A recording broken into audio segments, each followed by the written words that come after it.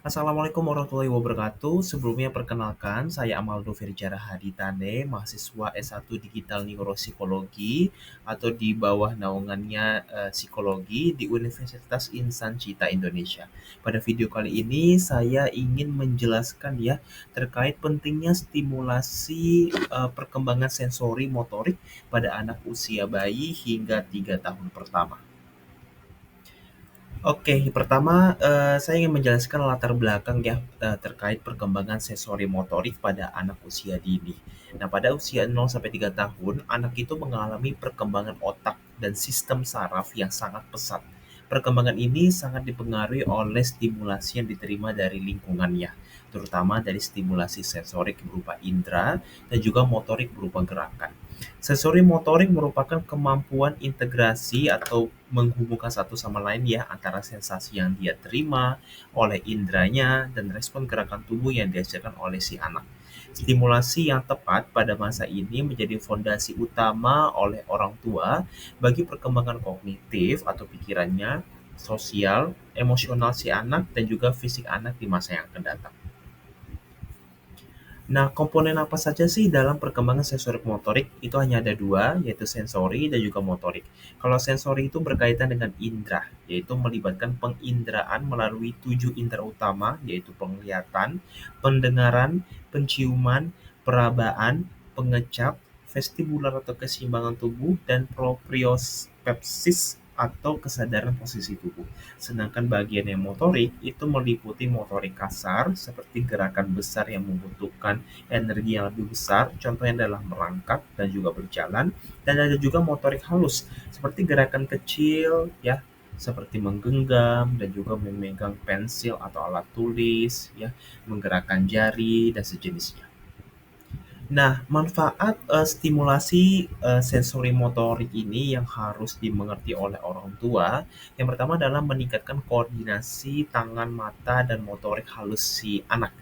Nah, permainan sensorik yang melibatkan manfaat ini itu dengan berbagai tekstur ya. Contohnya adalah pasir, jeli, pom-pom, dan juga aktivitas manipulasi benda yang dapat meningkatkan keterampilan motorik halus. Contohnya adalah menggenggam, menulis, dan koordinasi tangan dengan mata yang sangat penting untuk aktivitas sehari-hari si anak. Yang kedua adalah mendorong eksplorasi dan juga kreativitasnya.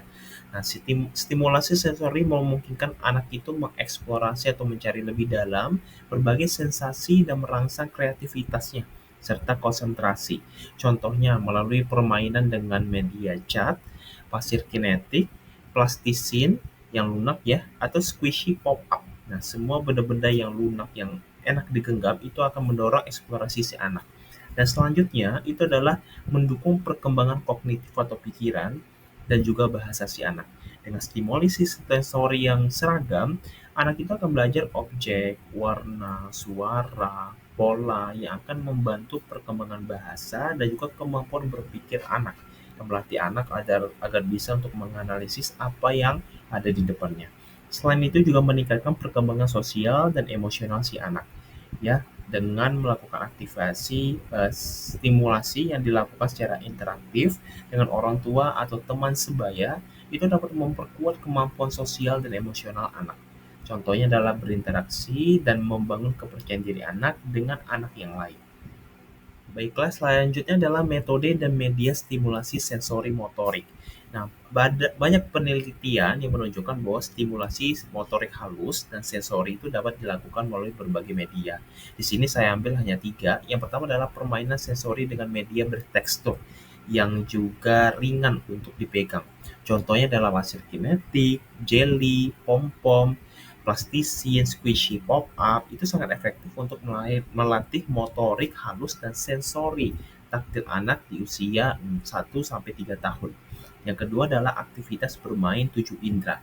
Jadi anak-anak itu dibuat agar ketujuh inderanya itu dilatih dengan pendekatan permainan.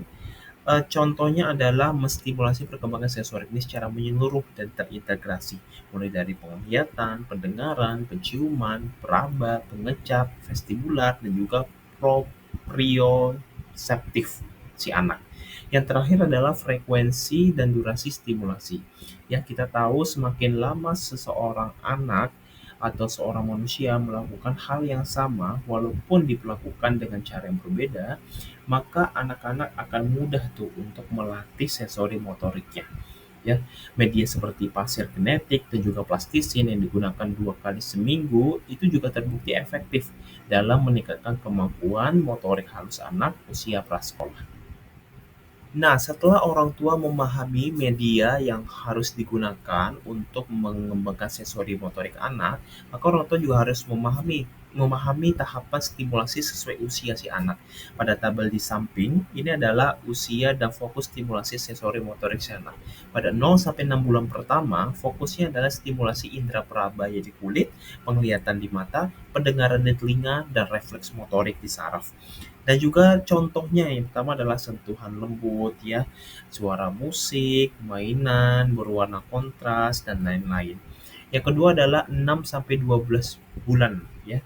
Fokusnya adalah melatih koordinasi tangannya dengan mata dan eksplorasi tekstur benda. Contohnya, meraih dan menggenggam mainan bertekstur yang berbeda.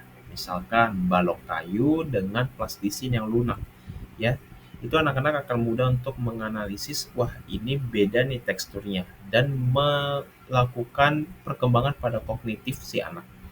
Yang selanjutnya adalah 1 sampai 2 tahun. Fokusnya adalah mengembangkan motorik halus dan motorik kasar si anak, dan juga eksplorasi indera lengkapnya yang lebih banyak lagi. Contoh aktivitasnya adalah bermain pasir kinetik, jelly, plastisin, dan juga permainan squishy pop-up. Dan yang terakhir itu adalah 2 sampai 3 tahun, di mana fokus stimulasi sensori motoriknya ada pada meningkatkan keterampilan motorik halus, kompleks, dan menjaga keseimbangan si anak. Contoh aktivitasnya adalah menggambar, menyusun balok atau mainan, bermain dengan media beragam tekstur yang lainnya. Nah, selain itu orang tua juga harus memperhatikan dampaknya jika pada usia atau rentang usia tersebut kurang melakukan stimulasi sensori motorik. Nah, nanti kurangnya stimulasi sensori motorik ini pada usia dini itu dapat menyebabkan keterlambatan perkembangan motorik ya, yang seharusnya dilakukan pada usia ini tapi terlambat dan baru terdeteksi beberapa bulan kemudian atau beberapa tahun kemudian. Yang kedua, kesulitan koordinasi si anak dan gangguan perilaku adaptif anak. Anak mungkin mengalami kesulitan dalam aktivitas sehari-hari seperti menulis, makan, berinteraksi sosial dengan anak yang lain, atau dengan lingkungan sekitarnya. Oleh karena itu, stimulasi yang tepat dan berkelanjutan itu sangat diperlukan di sini. Oke, kita sampai di kesimpulan ya. Stimulasi perkembangan sensori motorik pada anak usia 0 sampai 3 tahun adalah kunci untuk mendukung perkembangan motorik halus dan kasar, kognitif serta sosial emosional anak. Metode stimulasi yang efektif adalah melalui permainan sensori yang melibatkan berbagai media bertekstur dan aktivitas yang menyenangkan serta rutin nih untuk dilakukan. Nah, pendekatan bermain dengan melibatkan 7 alat indera si anak itu terbukti memberikan stimulasi yang menyeluruh dan optimal serta efektif. Nah, orang tua maupun pengasuh atau pembantu dan pendidik yaitu guru itu perlu memahami dan menerapkan stimulasi ini secara konsisten untuk memastikan tumbuh kembang sensori motorik anak itu dapat berjalan optimal semestinya. Sekian dan terima kasih terkait video penjelasan saya di kali ini.